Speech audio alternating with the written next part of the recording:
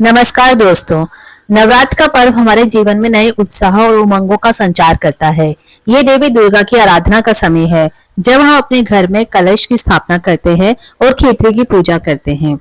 लेकिन क्या आप जानते हैं कि खेतरी के अंकुरित होने के रंग और समय से हमें आने वाले वर्षों के बारे में महत्वपूर्ण संकेत मिल सकता है। ये हम जान सकते हैं कि हमारा भविष्य कैसे होने वाला है और आने वाले समय में क्या कोई विपदा आने वाली है नहीं। आज के इस वीडियो में हम इसी विषय पर चर्चा करेंगे। चलिए जानते हैं कि खेतरी क्या बताती है और इसके विभिन्न संकेतों का अर्थ क्या होता है। तो नवरात्र के पहले दिन कलश की स्थापना की जाती है। हम खेतरी यानी जौ को बोते हैं। इसे आप मिट्टी में या फिर रेत में बो सकते हैं। इसे एक शुभ संकेत के रूप में माना जाता है और ये मान्यता है कि खेतरी के अंकुरित होने के रंग और समय से हमें पता चलता है कि आने वाला साल हमारे लिए कैसा रहेगा। अब अगर जल्दी आपकी खेती अंकुरित हो रही है, जल्दी जल्दी उसमें से पौधा निकल रहा है, वो ग्रो कर रही है, यदि खेती जल्दी अंकुरित हो जाए तो ये बहुत ही शुभ संकेत होता है। इसका मतलब है कि आपकी मेहनत का फल आपको समय पर मिलेगा। अगर खेती देरी से अंकुरित होती है तो ये संकेत है कि आपको अधिक मेहनत करनी पड़ सकती है और फल प्राप्त करने में समय लगेगा।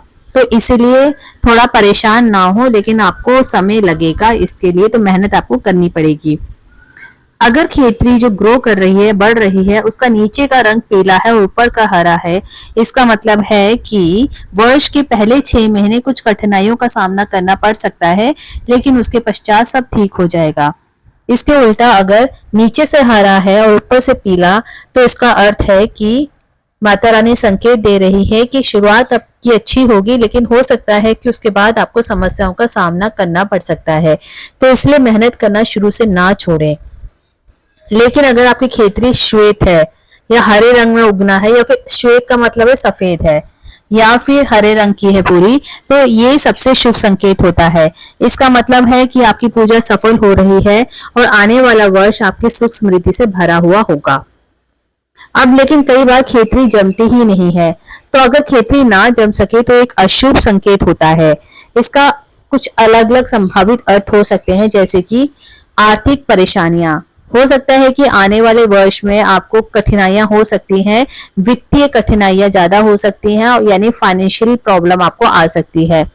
इसके अलावा आपकी सेहत का भी आपको विशेष ध्यान रखने की आवश्यकता है, क्योंकि हो सकता है कि आने वाले समय में आपको कोई बीमारी हो जाए, डिप्रेशन हो जाए, परेशानी हो जाए, या कोई एक्सीडेंट या कोई भी दिक्कत हो सकती है। इसके अलावा जीवन में कई चुनौतियों का आपका सामना करना पड़ सकता है। मान लीजिए आप नौकरी करते हैं, कोई आपको दिक्कत हो सकती है, वर्क प्लेस में आपकी नौकरी छूट सकती है या फिर नौकरी में थोड़ी दिक्कत आ सकती है। तो इस तरह की परेशानियां आपको हो सकती हैं, लेकिन ये सिर्फ संकेत भर है, ऐसा नहीं है कि सच में होता ही है। कईयों के अलग अलग अपने अलग एक्सपीरियंस होते हैं। कईयों की खेती अच्छी ग्रो कर जाती है कई बार, लेकिन उनकी लाइफ में परेशानियां आ सकती हैं, या उल्टा भी हो सकता है।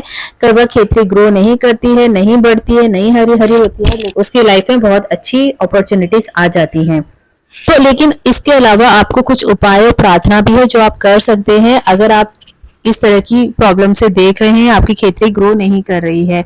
लेकिन सबसे जरूरी है कि आपको सकारात्मकता बना करके रखनी पड़ेगी। आपको माँ दुर्गा से प्रार्थना करनी है और नवग्रह के नाम से हवन में आहुति देनी है। इसके बाद माँ के बीज मंत्र का आपको जाप करना है। माता रानी का ध्यान आपको हमेशा रखना है। आपको उनकी तरफ से श्रद्धा हटानी नहीं है और उनका हमेशा ध्यान रखना है निष्फल होकर के, यानी कि ये ना सोचे कि वो आपको फल देगी तभी आप पूजा पाठ करेंगे। बिल्कुल खेती ना जमने की स्थिति में कुछ उपाय या समाधानों को हम अपना एक तरफ से विचार दे सकते हैं, जैसे कि सबसे पहले है कि नियमित रूप से माँ दुर्गा की पूजा करते रहें और उनके सामने सच्चे मन से प्रार्थना करें। इससे आप अपने कष्टों से मुक्ति पा सकते हैं। नवग्रह के नाम से हवन करें और उसमें 108 बार आहुति देना बहुत फायदेमंद होता है।